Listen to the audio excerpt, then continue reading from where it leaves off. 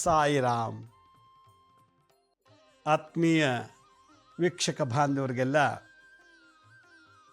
ಇವತ್ತಿನ ಜೀವನಾಮೃತ ಕಾರ್ಯಕ್ರಮಕ್ಕೆ ಸ್ವಾಗತ ಸುಸ್ವಾಗತ.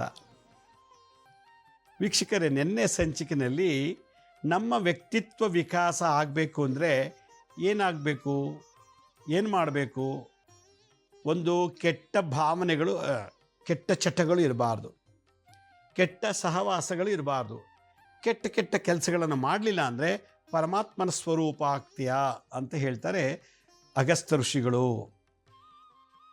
ನಿನ್ನೆ ಸಂಚಿಕೆಯಲ್ಲಿ ಎಷ್ಟೇ ಕೋಟಿ ದುಡ್ಡಿಟ್ಟಿದ್ರು, ಎಷ್ಟೇ ರೂಪ ಯೌವನ ವಿದ್ಯೆ ದೇಹಬಲ ಜನಬಲ ಇದ್ದರೂ ಕೂಡ ಕೆಟ್ಟ ಚಟ, ಕೆಟ್ಟ ಸಹವಾಸ, ಕೆಟ್ಟ ಕೆಲಸಗಳು ಮಾಡೋದ್ರಿಂದ ಅವೆಲ್ಲವೂ ಧೂಳಿಗೆ ಸೇರ್ಕೊಂಡ್ಬಿಡುತ್ತೆ, ನಾಶ ಆಗುತ್ತೀವಿ ಅನ್ನೋ ಅರ್ಥದಲ್ಲಿ ನಿನ್ನೆ ಸಂಚಿಕೆಯಲ್ಲಿ ನಾನು ಹೇಳಿದ್ದೆ.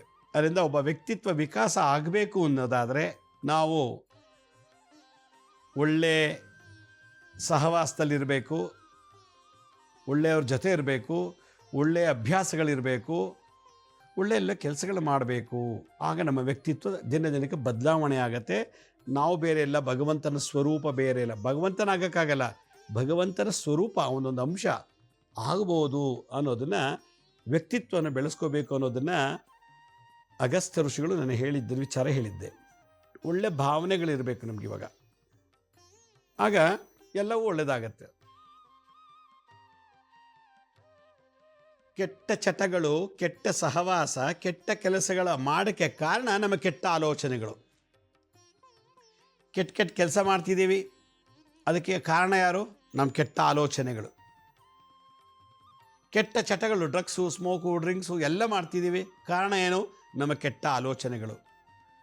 ಕೆಟ್ಟ ಕಳ್ಳತನ, ಅವ್ರ ಮನೆ ಹಾಳು ಮಾಡೋದು, ಇವ್ರ ಮನೆ ಹಾಳು ಮಾಡೋದು, ಅವ್ರಿಗೆ ಇಲ್ಲಿ ತಂದಿಟ್ಟು ತಮಾಷೆ ನೋಡೋದು, ಸುಳ್ಳು ಆಣೆ ಮೋಸ ವಂಚನೆಗಳಿಂದ ನಾವು ಕೆಲಸ ಮಾಡ್ತಾ ಇದ್ದೀವಿ. ಕೆಟ್ಟ ಕೆಲಸಗಳಂದರೆ ಅದಕ್ಕೆ ಕಾರಣ ನಮ್ಮ ಕೆಟ್ಟ ಆಲೋಚನೆಗಳು. ಈ ಕೆಟ್ಟ ಆಲೋಚನೆಗಳು ಕೆಟ್ಟ ಚಟಗಳನ್ನು ಶುರು ಮಾಡುತ್ತೆ, ಕೆಟ್ಟವರ ಸಹವಾಸವನ್ನು ಬೆಳೆಸುತ್ತೆ, ಕೆಟ್ಟ ಕೆಲಸಗಳನ್ನು ಮಾಡುತ್ತೆ. ಅಲ್ಲಿಗೆ ಅರ್ಥ ನಮಗೆ ಬುನಾದಿ, ಬೇಸ್ಮೆಂಟ್ ಯಾವುದಪ್ಪ? ನಮ್ಮ ಆಲೋಚನೆ. ಒಳ್ಳೆ ಆಲೋಚನೆಗಳು ಅಭಿವೃದ್ಧಿ ಮಾಡುತ್ತೆ, ಏಳಿಗೆ ಮಾಡುತ್ತೆ.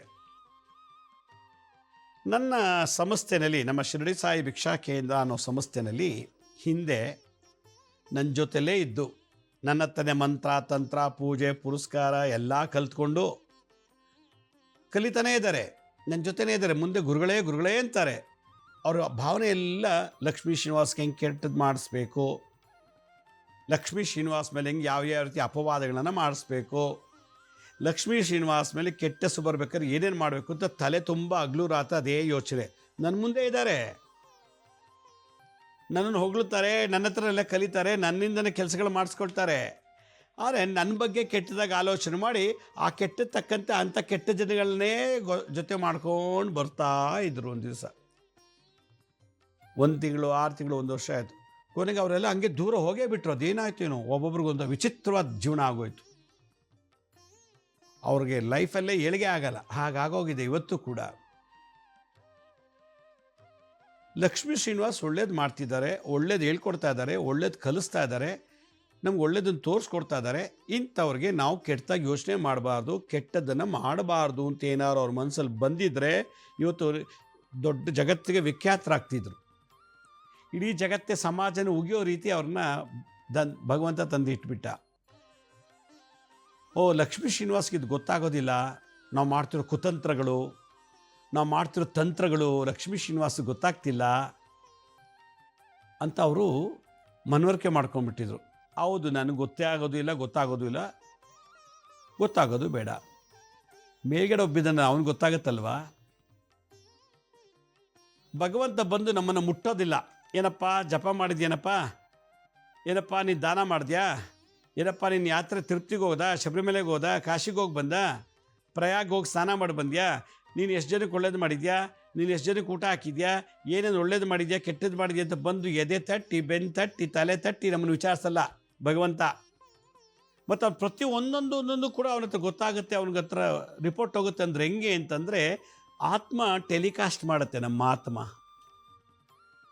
ಆತ್ಮ ಆನ್ ಏರ್ ಮಾಡುತ್ತೆ ನಮ್ಮ ಎಲ್ಲ ಮೆಸೇಜಸ್ಸು, ಭಾವನೆಗಳು, ಕೆಲಸ ಮಾಡಿದಂಥ ಔಟ್ಪುಟ್ ಎಲ್ಲ ಈ ಆತ್ಮ ಹಾಗೆಯೇ ಟೆಲಿಕಾಸ್ಟ್ ಮಾಡುತ್ತೆ. ಚಂದ್ರಗ್ರಹದ ಮೂಲಕ ಭಗವಂತನ ತಲುಪೋಂಗೆ ಮಾಡುತ್ತೆ. ಚಂದ್ರಗ್ರಹ ಸ್ಯಾಟಿಲೈಟ್, ಅದು ಭೂಮಿಗೆ ಉಪಗ್ರಹ. ಯಾವುದು? ಚಂದ್ರಗ್ರಹ. ನಮ್ಮ ಮನಸ್ಸಲ್ಲಿ ಏನು ಅನ್ಕೋತೀವೋ ಚಂದ್ರ ಎಳ್ಕೊಂಬಿಡ್ತಾನೆ. ಕಣ್ಣು ಮುಚ್ಚಿ ಕಣ್ಣು ತೆಗೆಯೋಷ್ಟರೊಳಗೆ ನಾವೇನಂತೀವೋ ಚಂದ್ರ ಹೀರ್ಕೋತಾನೆ.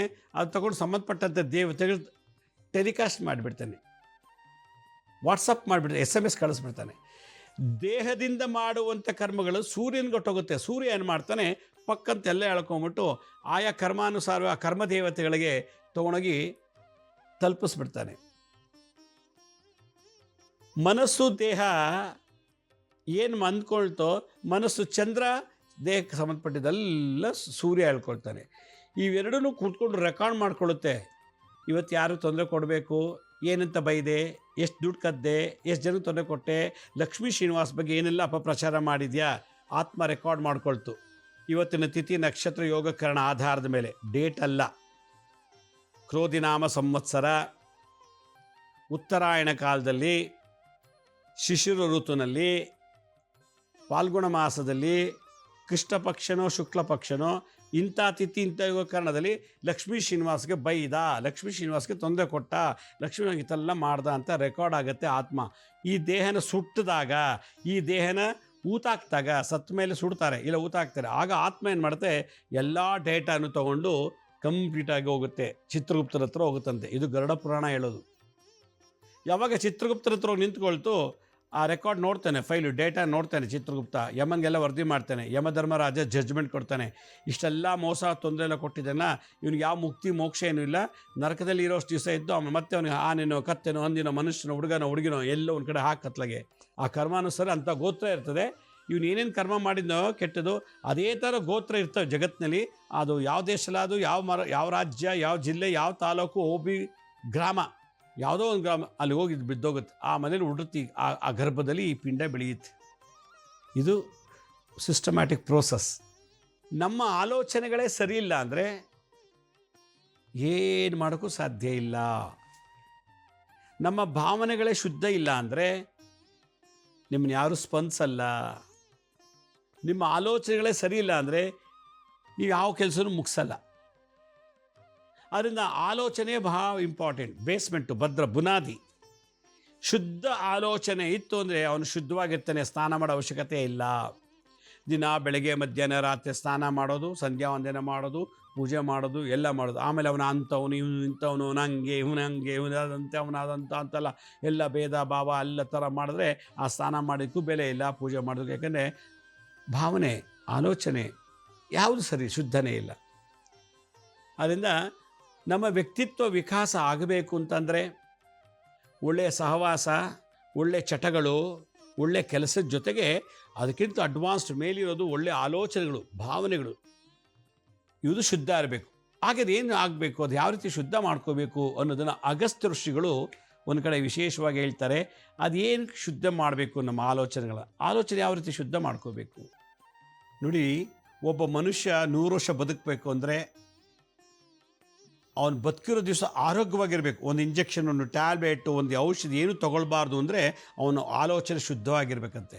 ಶುದ್ಧವಾದಂಥ ಪವಿತ್ರವಾದಂಥ ಭಾವನೆ, ಆಲೋಚನೆಗಳು ಔಷಧಿಗೆ ಸಮಾನ. ಚರಕ ಮುನಿಗಳು ಹೇಳ್ತಾರೆ.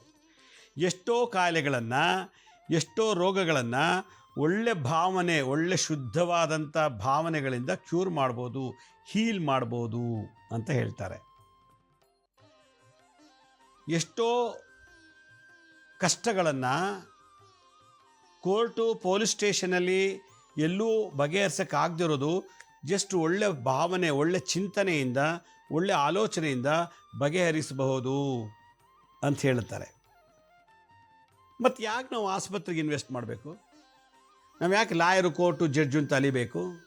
ನಾವು ಯಾಕೆ ಇನ್ನೊಬ್ರು ಕಾಲು ಕಟ್ಟಬೇಕು? ಅದು ಬದ್ದು ನಮ್ಮಲ್ಲೇ ನಾವೇ ಸುಧಾರಣೆ ಮಾಡ್ಕೋಬೇಕು. ನಮ್ಮಲ್ಲಿ ವ್ಯಕ್ತಿತ್ವವನ್ನು ವಿಕಾಸ ಮಾಡ್ಕೋಬೇಕು. ನಮ್ಮಲ್ಲೇ ನಾವು ಪರ್ಸನಾಲಿಟಿ ಡೆವಲಪ್ಮೆಂಟ್ನ ಮಾಡ್ಕೊಳ್ಬೇಕು. ಹೇಗೆ? ಒಳ್ಳೆ ಚಿಂತನೆಯಿಂದ, ಒಳ್ಳೆ ಆಲೋಚನೆಯಿಂದ. ಒಬ್ಬ ವ್ಯಕ್ತಿ ಒಳ್ಳೆ ಆಲೋಚನೆ ಮಾಡ್ತಾನೆ ಅಂತಂದರೆ ಅವನು ಆಡೋ ಮಾತು, ಅವನು ಸ್ಪರ್ಶ ಮಾಡುವಂಥದ್ದೆಲ್ಲವೂ ಪವಿತ್ರ ಆಗುತ್ತೆ. ಅದಕ್ಕೆ ನಾವು ಶುದ್ಧವಾದ ಯಾವ ಮನಸ್ಸಲ್ಲಿ ರಾಜಕೀಯ ಪಾಲಿಟಿಕ್ಸ್ ಮಾಡಬೇಕು ಅಂತಿಲ್ಲ, ಸುಳ್ಳು ಹೇಳಬೇಕು, ಮೋಸ ಮಾಡಬೇಕು, ದರೋಡೆ ಮಾಡಬೇಕು, ಮತ್ತು ಅವನಿಗೆ ಏನಾದ್ರು ಮಾಡಿ ಡ್ಯಾಮೇಜ್ ಮಾಡಬೇಕು, ಅವ್ನ ಕಾಲು ಎಳಿಬೇಕು, ಅವ್ನಿಗೆ ಬೆಳಿಬಾರ್ದು ಅನ್ನೋ ಆ ಕಸನೇ ಇಲ್ಲ ಬ್ರೈನಲ್ಲಿ, ಮೈಂಡಲ್ಲಿ ಡಸ್ಟೇ ಇಲ್ಲ, ಆ ಕೊಳಕೆ ಇಲ್ಲ, ಆ ಕೊಳನೇ ಇಲ್ಲ. ಹಾಗಿದ್ಮೇಲೆ ಅವನೇನು ಭಗವಂತನ ಸ್ವರೂಪ ಆದ, ಭಗವಂತ ಆಗಲಿಲ್ಲ, ಭಗವಂತನ ರಿಪ್ಲಿಕೇಟ್ ಆಗ್ತಾನೆ. ಒರಿಜಿನಲ್ ಇದೆ, ಅದು ಜೆರಾಕ್ಸ್ ತೆಗೆಸ್ತೀವೋ ಹಾಗೆ ಒರಿಜಿನಲ್ ಭಗವಂತ ಆದರೆ ಜೆರಾಕ್ಸ್ ಕಾಪಿ ಶುದ್ಧ ಭಾವನೆ ಉಳ್ಳವನು. ಅಂಥವರು ಪವಾಡಗಳನ್ನು ಮಾಡ್ತಾರೆ. ಅಂಥವ್ರು ಮುಟ್ಟಿದೆಲ್ಲ ಶುದ್ಧ ಆಗತ್ತೆ, ಅವ್ರು ನೋಡಿದೆಲ್ಲ ಶುದ್ಧ ಆಗತ್ತೆ, ಅವ್ರ ಬಾಯಲ್ಲಿ ಬರೋ ಪದಗಳೆಲ್ಲ ಪವಾಡ ಮಾಡುತ್ತೆ.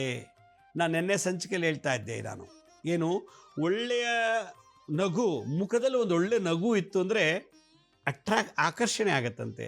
ಒಳ್ಳೆ ಮಾತು ಇದನ್ನು ಇಡೀ ಜಗತ್ತನ್ನೇ ವಶೀಕರಣ ಮಾಡ್ಕೋಬೋದಂತೆ. ಒಳ್ಳೆಯ ಮನಸ್ಸಿತ್ತು ಅಂತಂದರೆ ಏನನ್ನು ಬೇಕಾದ್ರೂ ಸಾಧಿಸ್ಬೋದಂತೆ, ಭೃಗು ಮುನಿಗಳು ಹೇಳಿರೋದು. ಅದರಿಂದ ಮುಖದಲ್ಲೂ ಒಂದು ನಗು, ಬಾಯಿಂದ ಒಳ್ಳೆ ಮಾತು, ಒಳ್ಳೆಯ ಮನಸ್ಸು ಜೊತೆಗೆ ಒಳ್ಳೆ ಆಲೋಚನೆ ಇತ್ತು ಅಂತಂದರೆ ಅವನಂಥ ಶ್ರೇಷ್ಠವಾದಂಥ ಲೆಜೆಂಡು, ಅವನಂಥ ಗ್ರೇಟ್ ಸೆಲೆಬ್ರಿಟಿ ಎಲ್ಲೂ ಸಿಗೋದಿಲ್ಲ. ಇದು ವ್ಯಕ್ತಿತ್ವ ವಿಕಾಸ, ಇದು ಪರ್ಸನಾಲಿಟಿ ಡೆವಲಪ್ಮೆಂಟ್ನ ಬುನಾದಿ, ಬೇಸ್ಮೆಂಟ್. ಇದು ಮಕ್ಕಳಿಗೆ 500 ಎಕರೆ ಜಮೀನು ಮಾಡಿ ಇಟ್ಟಿದ್ದೀನಿ, 50,000 ಕೋಟಿ ಆಸ್ತಿ ಇದೆ, ದುಡ್ಡಿದೆ, ಇಲ್ಲಿ ಬೀರು ಅಲ್ಲೆಲ್ಲ ಚಿನ್ನ ಬೆಳ್ಳಿ ವಜ್ರ ವೈಡೂರ್ಯಗಳಿದೆ, ಹೋಟ್ಲು ರಸ್ತೆ ಆಳು ಮೂಳು ಕಾರು ಬಂಗ್ಲೆ ಎಲ್ಲ ಇದೆ. ಆದರೆ ನಿಮ್ಮ ಮಕ್ಕಳಿಗೆ ಒಳ್ಳೆ ಮಾತಿಲ್ಲ, ಒಂದು ನಗು ಇಲ್ಲ, ಒಳ್ಳೆ ಮಾತಿಲ್ಲ, ಒಳ್ಳೆ ಮನಸ್ಸಿಲ್ಲ, ಒಳ್ಳೆ ಆಲೋಚನೆ, ಅಷ್ಟೆಲ್ಲ ಮಾಡಿಟ್ಟಿದ್ದೀರಲ್ಲ, ನೀವು ಸತ್ತ ಮೇಲೆ ಅವ್ರು ಉಳಿಸ್ತಾರ? ಕಳ್ಕೊಂಬಿಡ್ತಾರೆ. ಯಾಕೆಂದರೆ ಪರ್ಸನಾಲಿಟಿ, ವ್ಯಕ್ತಿತ್ವನೇ ಸರಿ ಇಲ್ಲ, ನೀವು ಕೊಟ್ಟರೆ ಸಂಸ್ಕಾರನೇ ಸರಿ ಇಲ್ಲ.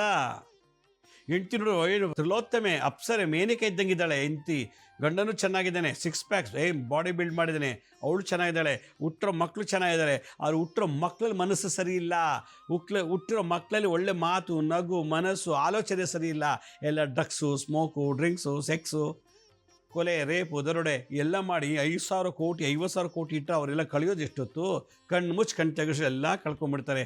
ಇದಕ್ಕೋಸ್ಕರ ಮದುವೆ ಆಗಬೇಕಾ, ಇದಕ್ಕೋಸ್ಕರ ಮಕ್ಕಳು ಪಡಿಬೇಕಾ ಅನ್ನೋ ಅರ್ಥ ಬಂದ್ಬಿಡುತ್ತೆ. ಆದ್ದರಿಂದ ಇಲ್ಲಿ ಎಷ್ಟು ಐಶ್ವರ್ಯ ಇದೆ ಅನ್ನೋಕ್ಕಿಂತ ಹೆಚ್ಚಾಗಿ ಎಷ್ಟು ಶುದ್ಧವಾದ ಭಾವನೆ ನಿಮ್ಮಲ್ಲಿದೆ. ಶುದ್ಧ ಭಾವನೆ ಇದ್ದವನೇ ಕರೋಡ್ಪತಿ ಜಗತ್ತಿಗೆ. ಯಾಕೆಂದರೆ ಅವನಿಗೆಲ್ಲೂ ಕೆಟ್ಟದ್ದು ಕಾಣಲ್ಲ, ಅವನು ಆಡೋ ಮಾತಲ್ಲಿ ಕೆಟ್ಟದ್ದು ಬರಲ್ಲ, ಅವನ ನೋಟದಲ್ಲಿ ಕೆಟ್ಟದ್ದು ದೃಶ್ಯ ಇಲ್ಲ, ಅವನ ಚಿಂತನೆಯಲ್ಲೂ ಭಾವನೆಯಲ್ಲೂ ಕೂಡ ಅಪವಿತ್ರ ಇಲ್ಲ. ಅಂದರೆ ಅವನ ನೆರಳು ಬಿದ್ದ ಕಡೆ ಯಶಸ್ವಿ ಆಗತ್ತೆ, ಅವನು ಕೂತಿದ್ದ ಸ್ಥಳ ಇತಿಹಾಸ ಸೃಷ್ಟಿ ಮಾಡುತ್ತೆ. ಅವನೇನು ಮಾತಾಡ್ತಾನೋ ಅದೇ ದೊಡ್ಡ ಸಂದೇಶ ಆಗುತ್ತೆ ಜಗತ್ತಿಗೆ. ಇಂಥದ್ದನ್ನು ಸಾಧಿಸಿ ತೋರಿಸ್ಕೊಟ್ಟವರು ವಿವೇಕಾನಂದರು, ರಾಮಕೃಷ್ಣ ಪರಮಹಂಸರು, ಗೌತಮ ಬುದ್ಧ. ಅಂಥ ರಾಜಮನೆತನಲ್ಲಿ ಹುಟ್ಟಿದಂಥ ಗೌತಮ ಬುದ್ಧ, ಅವನ ಭಾವನೆ ಶುದ್ಧ ಆದರೆ ಇವತ್ತು ಇಡೀ ಜಗತ್ತಿನಾದ್ಯಂತ ಬುದ್ಧನ ಪೂಜೆ ಆರಾಧನೆ ನಡೀತಾ ಇದೆ 24 ಗಂಟೆ 365 ದಿವಸ. ಅದೇ ಬುದ್ಧನ ಜೊತೆ ಒಡ ಹುಟ್ಟಿದವರಿದ್ದರು. ಬುದ್ಧನ ಅಮ್ಮನಾಗಲಿ ಜನ್ಮ ಕೊಟ್ಟಂತ ಬುದ್ಧನ ತಂದೆ ತಾಯಿಗಳು ಯಾರೂ ಪೂಜೆ ಮಾಡ್ತಿಲ್ಲ. ಬುದ್ಧನ ಒಡ ಹುಟ್ಟಿದವರು, ಬುದ್ಧನ ಮಕ್ಕಳಿದ್ರು, ಹೆಂಡತಿರಿದ್ರು, ಅವ್ರನ್ನ ಯಾರೂ ಪೂಜೆ ಮಾಡ್ತಿಲ್ಲ. ಯಾಕೆಂದರೆ ಅವ್ರ ಭಾವನೆಗಳೇ ಸರಿ ಇಲ್ಲಲ್ಲ. ಆದರೆ ಗೌತಮ ಅಂತಂದರೆ ಶುದ್ಧವಾದ ಮನಸ್ಸು, ಶುದ್ಧವಾದ ಆಲೋಚನೆ, ಶುದ್ಧವಾದಂಥ ಸಂಸ್ಕಾರಕ್ಕೆ ತಮೋಗುಣ ರಜೋಗುಣಗಳನ್ನು ನಾಶ ಮಾಡಿ ಸತ್ವಗುಣವನ್ನು ಬೆಳೆಸುವಂಥವನು ಗೌತಮ.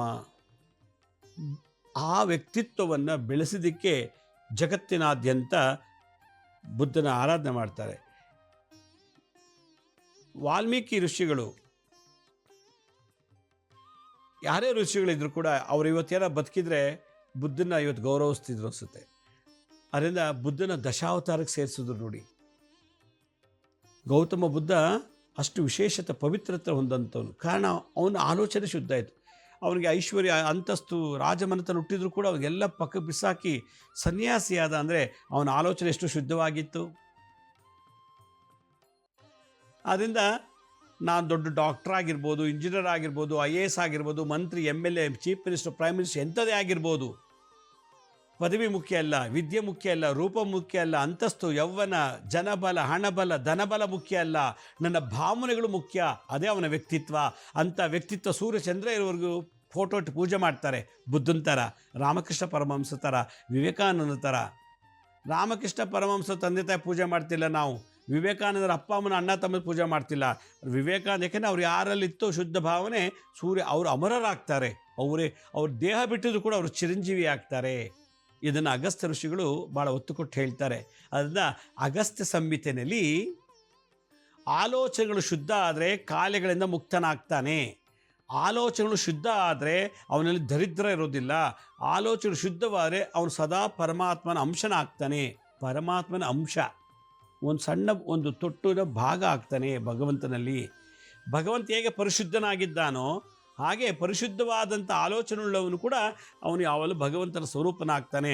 ನೋಡಿದ್ರೆ ನಾನು ತುಂಬ ಸನ್ಯಾಸಿ, ನಾನು ದೊಡ್ಡ ಪಂಡಿತ, ಪಾಮರ ಅಂತಾರೆ. ಅವ್ರ ಮನಸ್ಸಲ್ಲೆಲ್ಲ ಬರೀ ಕೆಟ್ಟ ಆಲೋಚನೆ. ಆ ಪಂಡಿತ, ಪಾಂಡಿತ್ಯ, ಆ ಒಂದು ದೀಕ್ಷೆ ಬೆಲೆನೇ ಇರೋದಿಲ್ಲ. ಯಾಕೆಂದರೆ ಮನಸ್ಸೇ ಶುದ್ಧ ಇಲ್ಲ, ಶುದ್ಧ ಆಲೋಚನೆಗಳಿಲ್ಲ. ಅವ್ರು ಪವಾಡ ಪುರುಷರಾಗೋದಿಲ್ಲ, ಬರೀ ಮಾತಷ್ಟೇ, ಗಾಳಿ ಮಾತು.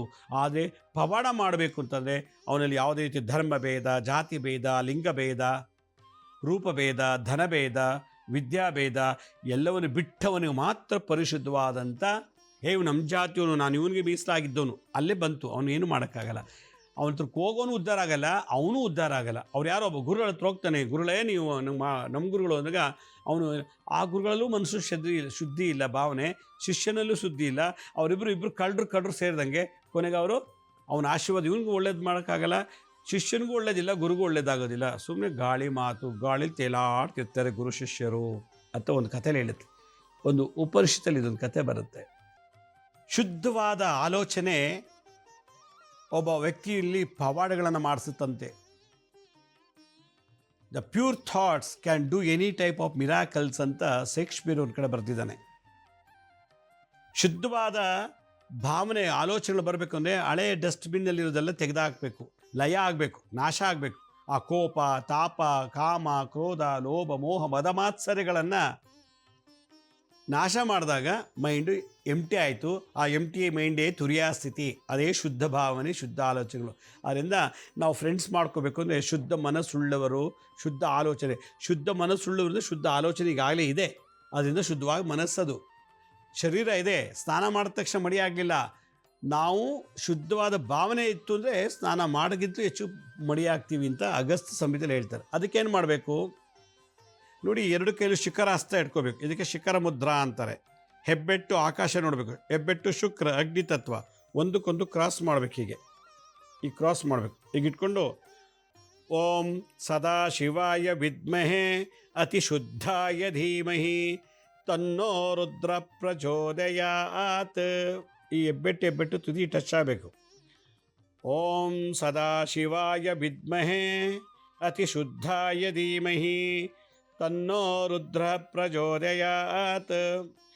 ಸದಾ ಶಿವಾಯ ರುದ್ಮೆ, ಸದಾ ವಿಶೇಷವಾದ ಶುದ್ಧವಾದಂಥ ಮನಸ್ಸುಳ್ಳವಂಥ ಶಿವನೇ, ಶುದ್ಧವಾದ ಭಾವನೆಗಳಿರುವಂಥ ಶಿವನೇ, ಅಂಥ ರುದ್ರ ನೀನು ನನ್ನೆಲ್ಲೋ ಕೆಟ್ಟದನ್ನು ತೆಗೆದುಹಾಕಿ ಧೀಶಕ್ತಿ ಪ್ರಚೋದನೆ ಮಾಡು ಅನ್ನೋ ಒಂದು ಮಂತ್ರ. ಇದು ಭಾಳ ವಿಶೇಷವಾದಂಥ ಮಂತ್ರ, ರುದ್ರ ಗಾಯತ್ರಿ ಮಂತ್ರ ಅಂತಾರೆ. ಓಂ ಸದಾ ಶಿವಾಯ ವಿದ್ಮಹೇ ಅತಿ ಶುದ್ಧಾಯ ಧೀಮಹಿ ತನ್ನೋ ರುದ್ರ ಪ್ರಚೋದಯಾತ್.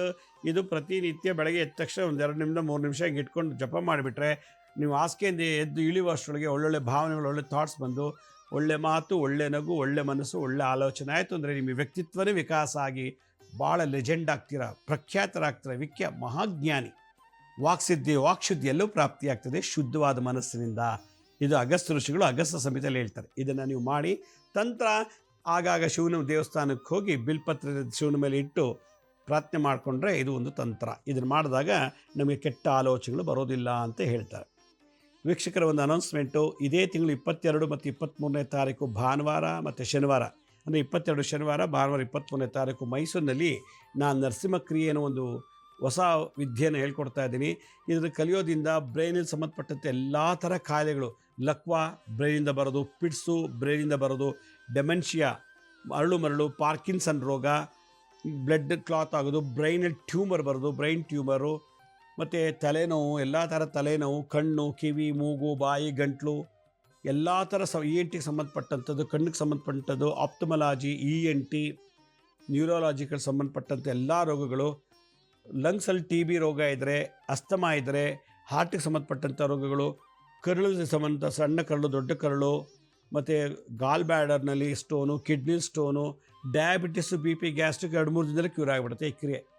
ಆಮೇಲೆ ಸೆಕ್ಸ್ ಸಂಬಂಧಪಟ್ಟಂಥದ್ದು, ಹೆಂಗಸರು ಮುಟ್ಟಿನ ಸಮಸ್ಯೆ, ಗಂಡಸರ ನಪುಂಸಕತೆ, ಮಂಡಿ ನೋವು, ತೊಡೆ ನೋವು, ಪಾದ ನೋವು, ಬೆನ್ನು ನೋವು, ಚರ್ಮವ್ಯಾಧಿ ರೋಗ, ಭೂತ ಪ್ರೇತ ಬಾಧೆಗಳು, ಮಾಟಮಂತ್ರ ತಂತ್ರ ಬಾಧೆಗಳು ಎಲ್ಲವನ್ನು ಕೂಡ ದಿನ ಬೆಳಗ್ಗೆ 10 ನಿಮಿಷ ಕುರ್ಚಿ ಮೇಲೆ ಕೂತ್ಕೊಂಡು ಈ ಕ್ರಿಯೆ ಮಾಡಿಬಿಟ್ರೆ ಹೊಟ್ಟೋಗುತ್ತಂತೆ. ಔಷಧಿ ಇಲ್ಲ, ಇಂಜೆಕ್ಷನ್ ಟಾನಿಕ್ ಇಲ್ಲ, ಯಾವುದೂ ಇಲ್ಲದೇ ದಿನ 10 ನಿಮಿಷ ಕುರ್ಚಿ ಮೇಲೆ ಕೂತ್ಕೊಂಡು ಮನೇಲಿ ಮಾಡಿಬಿಟ್ಟ ಅಂದರೆ ಎಲ್ಲ ರೋಗ ನಿವಾರಣೆ ಆಗುತ್ತೆ.